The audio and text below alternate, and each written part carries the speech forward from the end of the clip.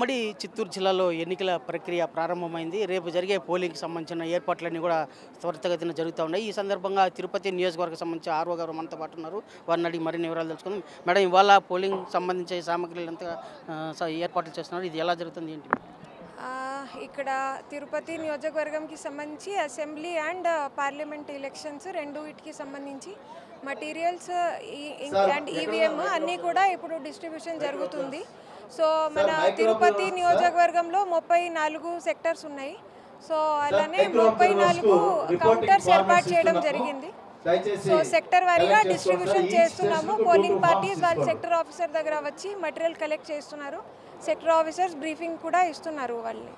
Madam, ఇవాళ తిరుపతి నియోజకవర్గం కొద్దిగా సమస్యాత్మక ప్రాంతం కాబట్టి ఇక్కడ మరింత చర్యలు చేపట్టారు. ఏ విధంగా ఉంటుంది? సో మనం బికాజ్ ఆఫ్ అంటే సర్టెన్ ఇష్యూస్ వల్ల మనకి తిరుపతి కాన్స్టిట్యుయెన్సీ కొంచెం ఎక్కువ సెన్సిటివ్ ఉంది కాబట్టి మనం అన్ని టోటల్ మనకి 274 పోలింగ్ స్టేషన్స్ ఉన్నాయి. అన్ని పోలింగ్ స్టేషన్స్లో కూడా మనం 100% వెబ్కాస్టింగ్ చేశాము. ప్రతి ఒక్క పోలింగ్ స్టేషన్లో 2 కెమెరాలు ఏర్పాటు చేయడం జరిగింది. కంట్రోల్ రూమ్ ఏర్పాటు చేయడం జరిగింది. ఇక్కడ నుంచి ఫీడ్ చూస్తూ ఉంటాము కంటిన్యూస్గా పోల్ అయినంత వరకు. So till completion of entire process till polling parties ఇక్కడ రీచ్ అయినంత వరకు మనం మానిటరింగ్ పక్కగా ఏర్పాటు చేయడం జరుగుతుంది. దీంతోపాటు సిఏపిఎఫ్ ఫోర్సెస్ మనకి వచ్చినాయి. అదేవిధంగా పోలీస్ ఫోర్సెస్ కూడా సఫిషియెంట్గా మనకి ఇవ్వడం జరుగుతుంది. మైక్రో అబ్జర్వర్స్ కూడా 110 మెంబర్స్ ఉన్నారు. వీడియోగ్రఫీ కూడా 110 పోలింగ్ స్టేషన్స్లో ఏర్పాటు చేస్తున్నాము. సో పూర్తిగా రెడీగా ఉన్నాము ఎలక్షన్. అంటే తిరుపతి నియోజకవర్గంలో 34,000 ఓట్లు దొంగ ఓట్లు ఐడెంటిఫై చేశారు. వాటి ప్రక్రియను వాటిని ఎలా థ్రెటన్ చేస్తున్నారు madam?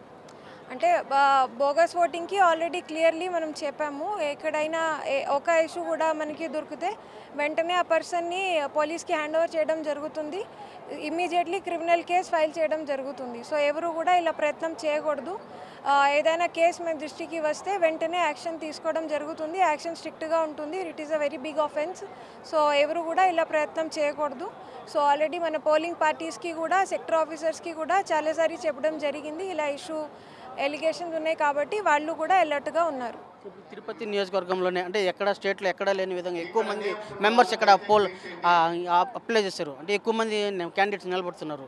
At the same time మీరు కమిషనర్గా ఫస్ట్ టైం ఇక్కడ వచ్చి ఈ ఎన్నికలు దీన్ని పాల్గొంటున్నారు. దీన్ని ఎలా భావించాలి? అంటే క్యాండిడేట్స్ ఉన్నారు 46 అసెంబ్లీ కాన్స్టిట్యుయెన్సీకి సంబంధించి అండ్ 23 పార్లమెంటరీ కాన్స్టిట్యుయెన్సీకి సంబంధించి ఉన్నారు. సో ఏర్పాట్లు మనకి పోలింగ్ స్టేషన్లో మామూలు ఏర్పాటు ఎలా ఉంటాయి అలా చేస్తున్నాము. కానీ జస్ట్ సిట్టింగ్ ఒక ఛాలెంజ్ ఉంటుంది. జస్ట్ అది ఆల్రెడీ క్యాండిడేట్స్కి అండ్ వాళ్ళ ఏజెంట్స్కి ఎలక్షన్ ఏజెంట్స్కి మీటింగ్ తీసుకొని వాళ్ళకి కూడా కమ్యూనికేట్ చేయడం జరిగింది. సో వాళ్ళు కూడా సేకరిస్తారు.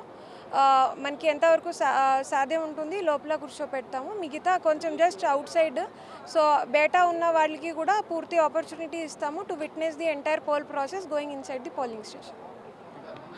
అన్ని రకాల చర్యలు చేపట్టి సజావుగా ఎన్నికలు నిర్వహించేందుకు అన్ని రకాల చర్యలు చేపట్టాము. అందుకని ముందస్తు చర్యలు కూడా చేపట్టామని చెప్పి ఆర్ఓ గారు పేర్కొంటున్నారు. వీడియో జర్నలిస్ట్ మణితో రవి, RTV. నమస్తే అండి.